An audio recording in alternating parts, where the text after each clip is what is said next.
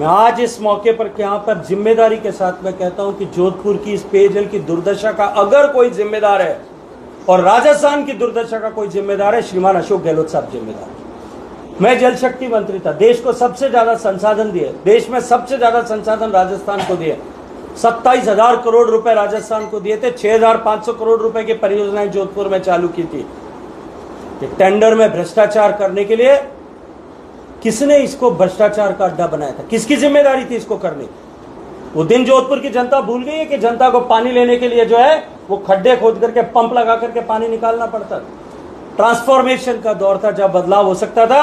ये अशोक गहलोत साहब इस बात के पापी है। जोधपुर की जनता को उन्होंने सताया है कि उनके कारण से राजस्थान में उनके अपने लोगों के प्रति या तो उन्होंने आंख मींच ली थी इस भ्रष्टाचार के प्रति, क्योंकि जब सरकार उनकी जा रही थी, जब होटल में बंद होकर के उन्होंने जो है अपने एमएलए को, अपने मंत्रियों को जिस तरह से खुली छूट दे दी थी, उसके चलते हुए राजस्थान का जल जीवन मिशन भ्रष्टाचार की भेंट चढ़ गया।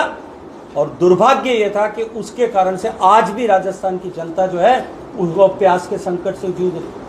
वो खड़े होकर के अलग अलग तरह की बातें कर। वो एक दिन मुझे लगता है एलिवेटेड रोड पर कुछ बात कर रहे थे। वो कह रहे थे कि मैंने एलिवेटेड रोड बनाने के लिए चिट्ठी लिखी थी।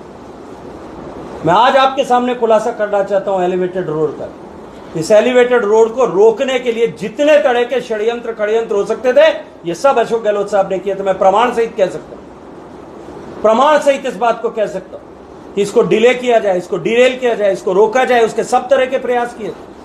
और वो यहां खड़े होकर के अपनी राजनीतिक रोटी सेकने के लिए, इस तरह की सुर्खियां बटोरने के लिए बयान देते हैं।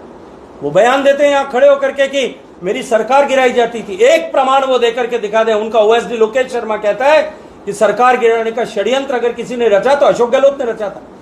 खुद षड्यंत्र रचते हैं, खुद अपने विधायकों को परेशान करते हैं, उनकी वॉइस रिकॉर्डिंग करते हैं, दूसरों पर जिम्मेदारी लांछन लगाते हैं, अपने गिरेबान में झांक करके देखते हैं। और अगर सही तरह से राजस्थान का भला करते तो 15 साल का अवसर जोधपुर ने दिया था। जोधपुर को अगर पीछे रखने का पाप किसी ने किया, अशोक गहलोत साहब ने किया।